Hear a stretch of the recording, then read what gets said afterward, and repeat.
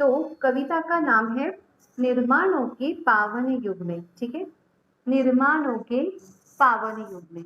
तो किसने लिखा है? ये अटल बिहारी वाजपेयी जी ने ये लिखा हुआ है। निर्माणों के पावन युग में, निर्माणों के मतलब जैसे जैसे दुनिया चलती जा रही है, निर्माण हो रही है ना, आगे आगे बीतती जा रही है। हाँ, इस पावन युग में मतलब पवित्र युग में। अभी अटल बिहारी वाजपेयी सब लोग जानते हैं, है ना। तो इन्होंने ये लिखा है।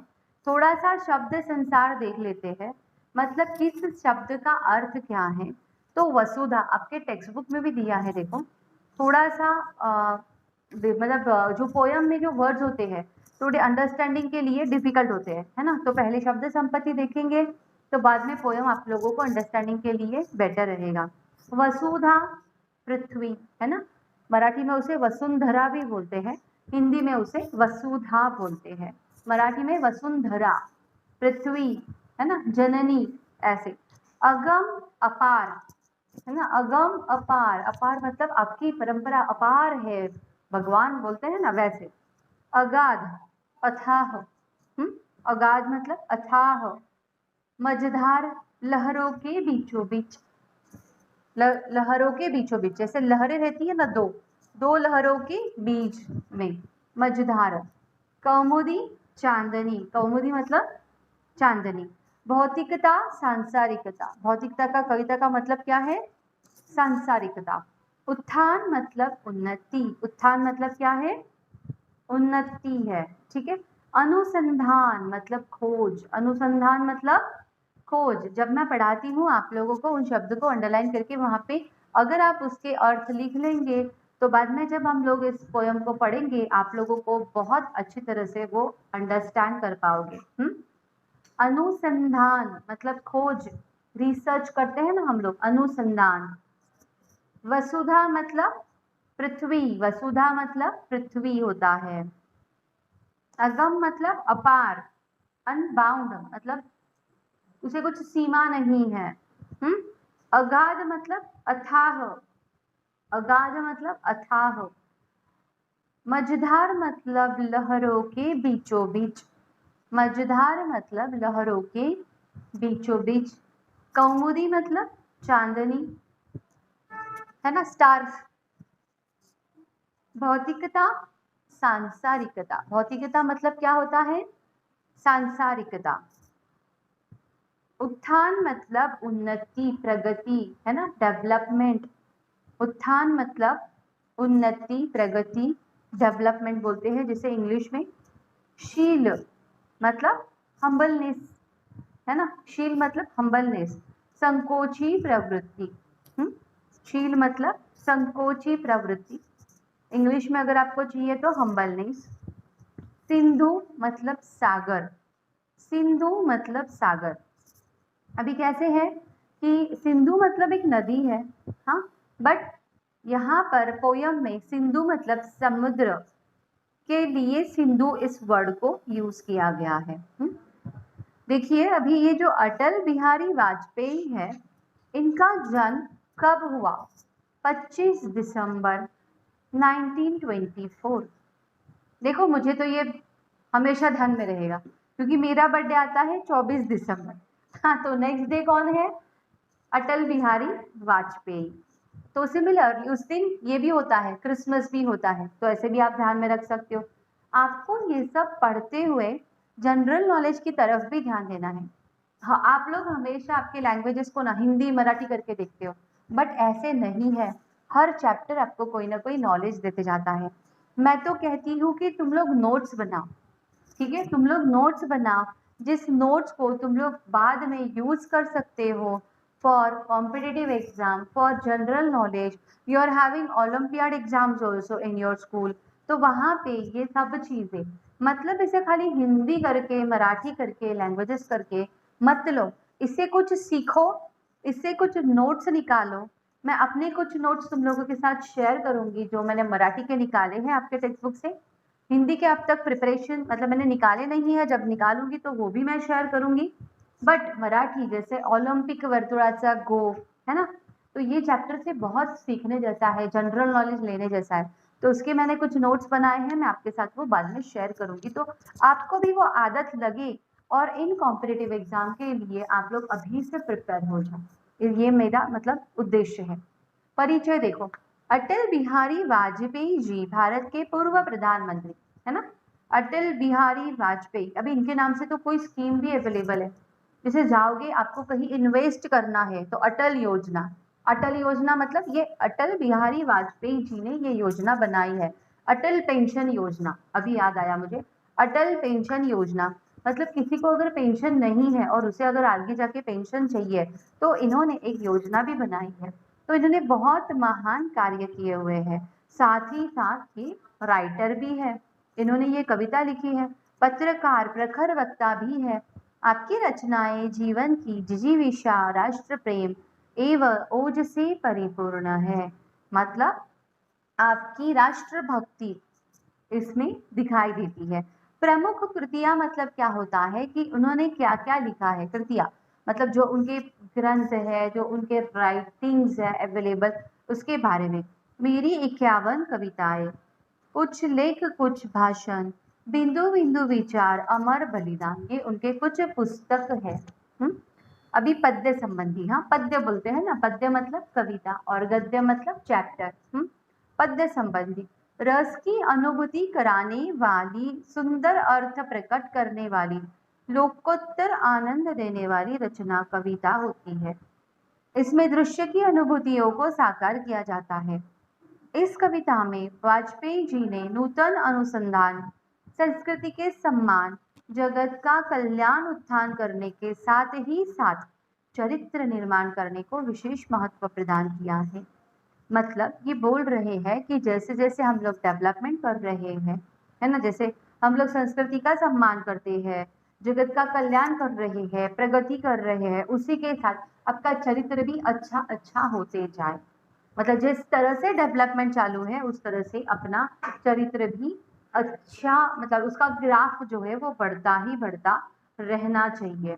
ठीक है, इस कविता में अटल बिहारी वाजपेयी जी ने हमें ये कहा है, मेन उनका उद्देश्य क्या है, चरित्र का इम्प्रूवमेंट। अभी देखिए, हम देखते हैं पद्य संबंधी, मतलब पद्य। निर्माणों के पावन युग में हम चरित्र निर्माण न भूले, स्वार्थ साधना की आंधी में वसुधा का कल्याण न भूले। निर्माणों के पावन युग में मतलब जैसे थोड़ा मीनिंग लगाने की कोशिश करो, क्योंकि आपको अनसीन पोयम भी एग्जाम में आती है ना, उसमें आपको खुद ही सोचना होता है कि उस कविता में क्या बताया गया है और उसका आंसर भी आपको अलंकारिक शब्दों में लिखना होता है।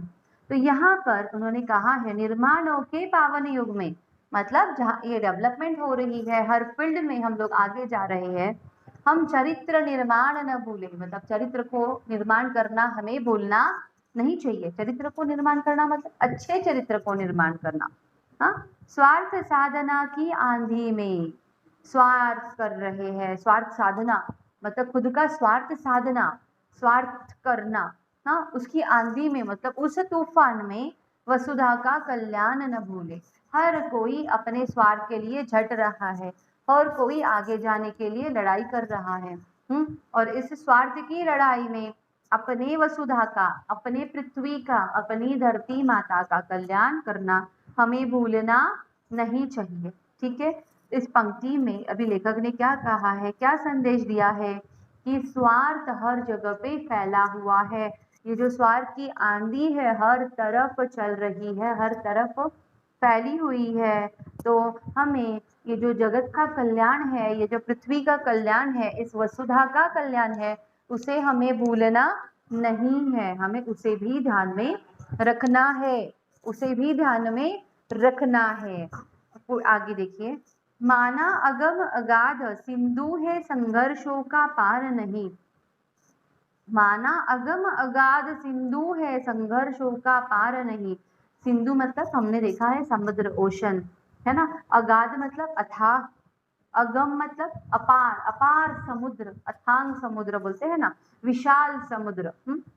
संघर्षों का पार नहीं है, किंतु डूबना मझधारों में साहस को स्वीकार नहीं है, किंतु डूबना मझधारों में साहस को स्वीकार नहीं है, मतलब डूबना हमें पसंद नहीं है। जटिल समस्या सुलझाने को नूतन अनुसंधान न भूले, कितनी भी कठिन समस्या आए सुलझाने मतलब उसे सॉल्व करने के लिए। नूतन अनुसंधान, नूतन मतलब नया, अनुसंधान मतलब खोज। ये जो खोज है, ये जो नूतन बनाने का मतलब निर्माण करने की खोज है, इसे आप मत भूलो। हाँ, तो इस पंक्ति में कवि क्या कहना चाहते हैं कि जीवन जो है ये अपना संघर्षों का समुद्र है, ओशन है, सिंधु है, ठीक है। बट इसे पार करना बहुत मुश्किल है। जैसे समुद्र अपार होता है, विशाल होता है, अगर देखोगे तो वो ऐसे कभी खत्म नहीं होता है, हमें तो नजर नहीं आता है, कहीं ना कहीं खत्म होता है, बट दिखते समय वो कैसे होता है, अपार होता है, ठीक है। बट जब तक साहस है, इस समस्याओं को आप लोग, समस्याओं के साथ आपको लोग जूझते रहो, लड़ते रहो जब तक आपके जान में दम है तब तक। और हमें यह नहीं भूलना चाहिए कि ये सब अनुसंधान और समस्याओं का गहन अध्ययन कर उसका समाधान भी निकाला जा सकता है। मतलब ये जो जीवन में कष्ट है, ये जो जीवन में कष्ट है, उसके ऊपर भी कोई तो सॉल्यूशन है, उसका भी कोई समस्याओं का गहन है, मतलब सॉल्यूशन है, ठीक है। आपको लिखना तो हिंदी में ही है, हाँ, उसका भी कोई समाधान है, मतलब उसका, उसके ऊपर भी हम लोग मात कर सकते हैं। निर्माणों के पावन युग में हम चरित्र निर्माण न भूले, स्वार्थ साधना की आंधी में वसुधा का कल्याण न भूले। वही आया ना वापस से, देखो जो पहले आया था, निर्माणों के पावन युग में हम चरित्र निर्माण न भूले, मतलब चरित्र निर्माण करना हम भूले नहीं इस निर्माणों के युग में। जैसे जैसे हम लोग प्रगति कर रहे हैं, उसी तरह से हमें अपने चरित्र को भी नया नया बनाते जाना चाहिए। स्वार्थ साधना की आंधी में वसुधा का कल्याण न भूले, मतलब जगत का कल्याण करना मत भूलो। वही अर्थ वापस वापस आ रहा है, क्योंकि जो पहली पंक्तियां हैं वही वापस से आई है ना। क्या कहा है इस युग को कवि ने, पावन कहा है। निर्माणों के पावन युग में क्या कहा है, पावन, पावन मतलब पवित्र, है ना। उन्होंने इस युग को निर्माण के साथ ही चरित्र के निर्माण पर भी ध्यान देने की बात कही है। उन्होंने कहा है कि निर्माणों का युग है, आप लोग चरित्र को भी निर्माण करो, मतलब अच्छा चरित्र बनाओ। और उन्होंने कहा है कि ये जो स्वार्थ की दुनिया है ना, उसमें आप लोग जगत का कल्याण करना, लोगों का कल्याण करना, है ना, ये मत भूलो। अभी देखो आगे, शील विनय आदर्श श्रेष्ठता तार बिना झंकार नहीं। शील विनय आदर्श श्रेष्ठता मतलब ये सारे गुण है, सगुण है, अच्छे गुण है ना। शील विनय आदर्श श्रेष्ठता तार बिना झंकार नहीं है। शिक्षा क्या क्या स्वर साध सकेगी यदि नैतिक आधार नहीं है। मतलब ये सारे गुण हर आदमी को अपने अंदर लाने चाहिए, है ना, अर्थात इन गुणों को सबने आत्मसात करना चाहिए। शिक्षा का, शिक्षा क्या स्वर साध सकेगी यदि नैतिक आधार नहीं है। मतलब खाली आप लोग जो शिक्षा ले रहे हो उसमें अगर इन गुणों का भी समावेश आ जाए, अगर इन गुणों को भी आप लोग अपने जीवन में लेकर आओगे तो पूरे अर्थ से आपकी जो शिक्षा है वो सफल हो जाएगी, है ना। मतलब खाली जो आपका, आप लोग जो पढ़ते हो, जो लिखते हो, जो आप लोग स्कूल में जाते हो, वो शिक्षा आप लेते हो, उसे खाली पढ़ने के लिए आपको सीमित नहीं रखना है, बल्कि उन गुणों को आपको अपने रेगुलर लाइफ में इम्प्लीमेंट करना है, ठीक है। कीर्ति कौमुदी की गरिमा में संस्कृति का सम्मान न भूले। कीर्ति कौमुदी की गरिमा में, कीर्ति कौमुदी मतलब कि जैसे चांदनी की चमक देखकर आदमी बहक जाता है ना, चांदनी की चमक देखकर आदमी बहक जाता है। तो कीर्ति कौमुदी की गरिमा में मतलब आगे जाने की गरिमा में, आगे जाने की चाह में, है ना, कि मुझे आगे जाना है और मैं स्वार्थ साध के आगे चला जाऊंगा, बाकी कितने भी लोगों का नुकसान हो जाए मुझे कुछ लेना देना नहीं है, ऐसे विचार आपके नहीं चाहिए। कीर्ति कौमुदी की गरिमा में संस्कृति का सम्मान न भूले। अपनी जो संस्कृति है, अपनी जो भारतीय संस्कृति है, उसका सम्मान करो, उसे भूलो मत। वो जो संस्कार है उसे हमेशा अपने साथ लिए चलो। हाँ, हमें हमेशा अच्छे गुणों को ही स्वीकार करना चाहिए, बुरे को हमें स्वीकारना नहीं है। तो कौन से गुण है वो उन्होंने दिए हैं? शील, विनय, आदर्श, श्रेष्ठता। शील, विनय, ये सब मतलब क्या है? शील मतलब संकोची प्रवृत्ति, हम्बलनेस, विनय, आदर्श, आदर्श मतलब क्या बोलते हैं कि आदर्श मतलब रिस्पेक्ट करना चाहिए हमें। श्रेष्ठ मतलब हमें श्रेष्ठता, मतलब अपने को तो श्रेष्ठ समझना ही है, बट बाकी लोगों को हमें तुच्छ लेखना नहीं है। निर्माणों के पावन युग में हम चरित्र निर्माण न भूले, स्वार्थ साधना की आंधी में वसुधा का कल्याण न भूले।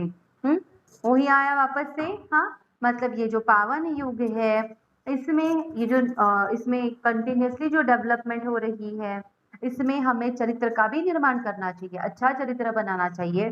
स्वार्थ साधना की आंधी में, मतलब हर कोई यहाँ पे स्वार्थी बना हुआ है, और इस स्वार्थी युग में हमें जगत का कल्याण, वसुधा का कल्याण भूलना नहीं है। आविष्कारों की कृतियों में यदि मानव का प्यार नहीं है, आविष्कार मतलब अलग अलग घटनाएं, आविष्कारों की कृतियों में यदि मानव का प्यार नहीं है, सृजनहीन विज्ञान व्यर्थ है। मतलब आविष्कार हो रहे हैं, साइंस आगे जा रहा है, हम नए नए टेक्नोलॉजी में डेवलपमेंट कर रहे हैं, उसे आविष्कार कहा गया है। आविष्कारों की कृतियों में, कृतियां मतलब ये जो हो रहा है, ये जो टेक्नोलॉजी डेवलपमेंट हो रहा है, यदि मानव का प्यार नहीं है, मतलब आदमी अगर एक दूसरे के साथ मिलजुल के नहीं रहता है, आविष्कारों की कृतियों में यदि मानव का प्यार नहीं है, आविष्कार मतलब जो टेक्नोलॉजी में डेवलपमेंट हो रही है, मतलब कि इन्वेंशंस हो रहे हैं, जो शोध हम लोग मतलब जो शोध लगा रहे हैं अलग अलग, ठीक है।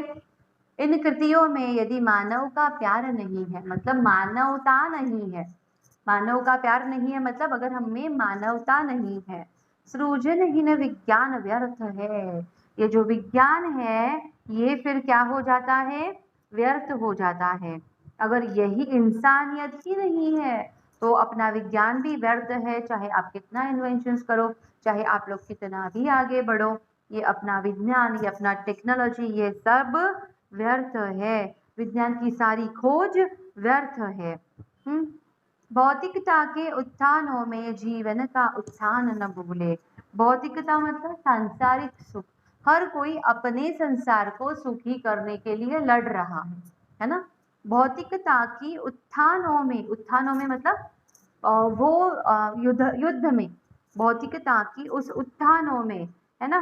तो उत्थान मतलब उन्नति, ये जो हम लोग संसार की उन्नति, हर कोई अपने संसार की उन्नति के लिए लड़ रहा है। भौतिकता की उत्थानों में जीवन का उत्थान न भूले, जीवन का मूल उद्देश्य नहीं भूलना चाहिए।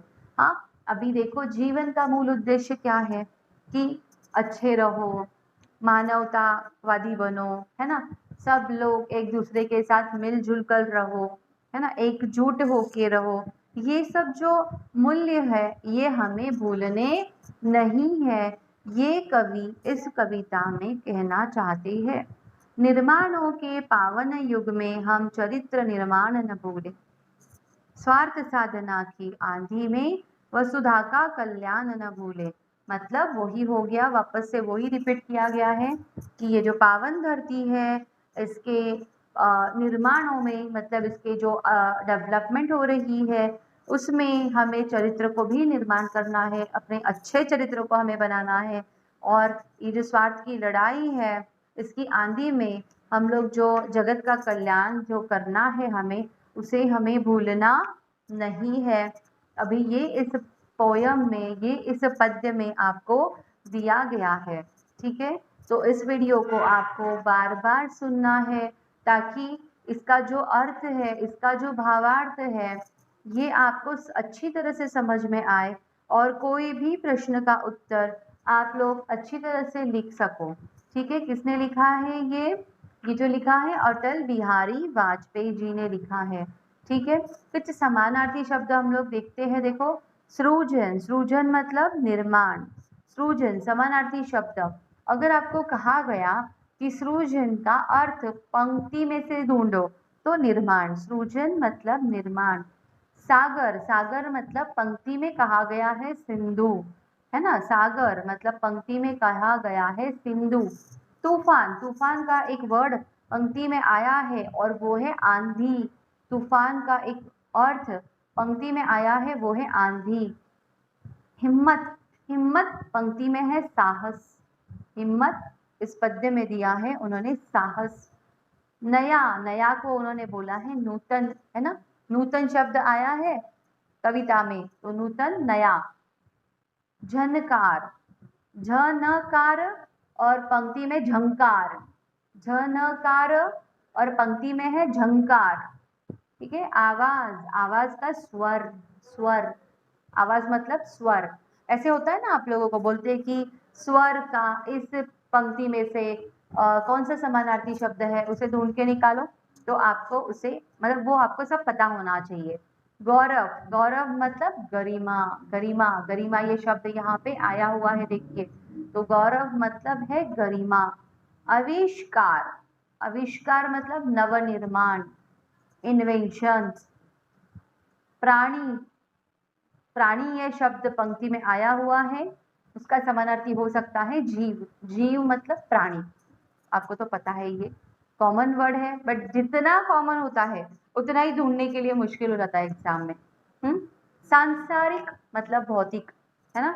उन्नति मतलब उत्थान, उन्नति प्रगति का इस पंक्ति में दिया गया शब्द है उत्थान। ठीक है, तो आशा करती हूँ कि सबको ये पोयम अच्छी तरह से समझ में आई है और हम इस पोयम को अभी यहाँ पे एंड कर रहे हैं।